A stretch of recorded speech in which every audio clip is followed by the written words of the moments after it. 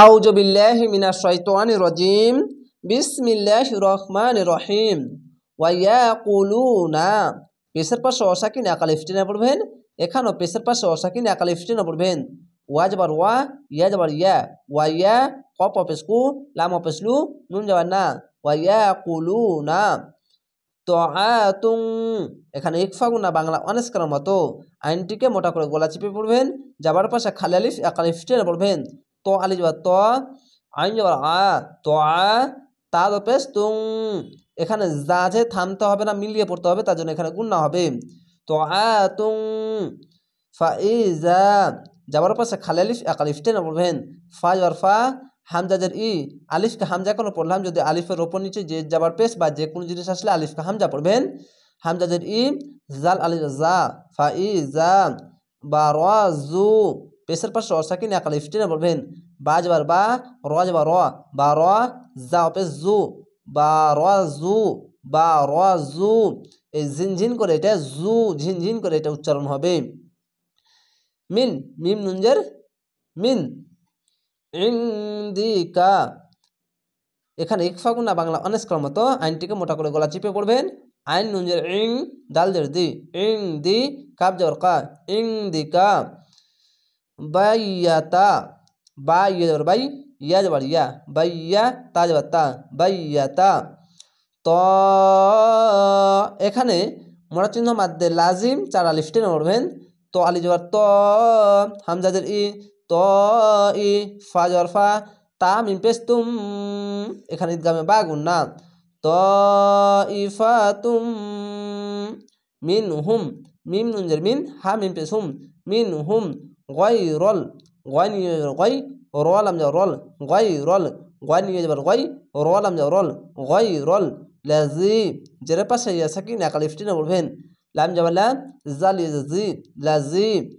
তাকুল এখানে তিন আলিফ টেনে পড়বেন। তাকুল এভাবেই থামবে না, এখানে এরকম হবে তাকুল। কেন? এখানে তো আছে, থামা ভালো, ওয়াকফ করা ভালো, তার জন্য শেষ অক্ষর সাকিন দিয়ে দিবেন এবং পেশের পাশে অসাকিন একাল ইফ টেনে পড়তে হয়।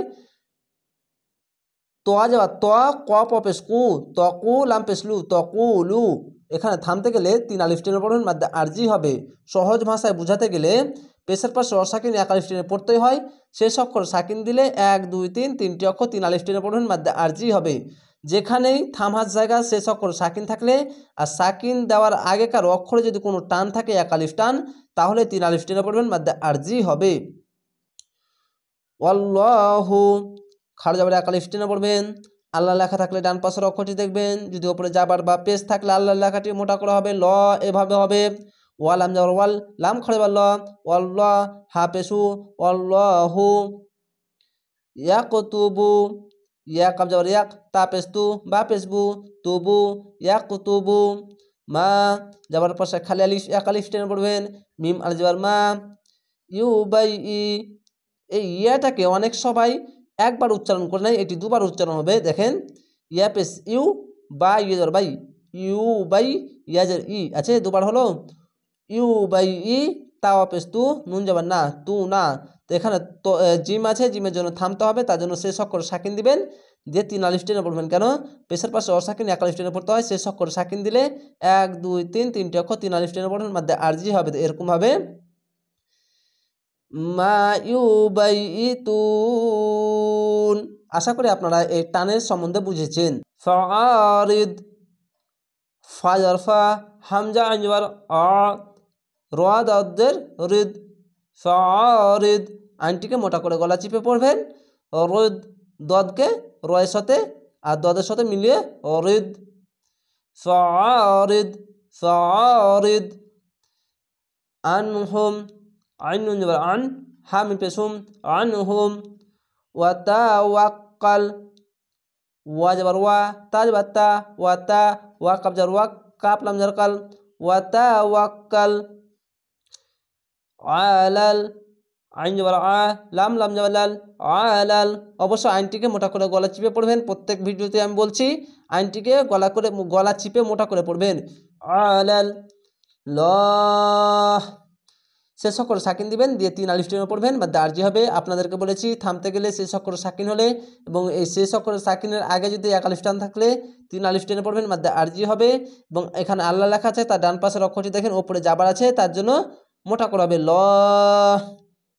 ওয়াকাফা খাড়া যাবার 1 আলিফ টেনে পড়বেন, ওয়া যাবার ওয়া, কাফ যাবার কা, ওয়াকা ফা খাড়া যাবার ফা, ওয়াকাফা বিল্লাহি খাড়া যাবার 1 আলিফ টেনে পড়বেন।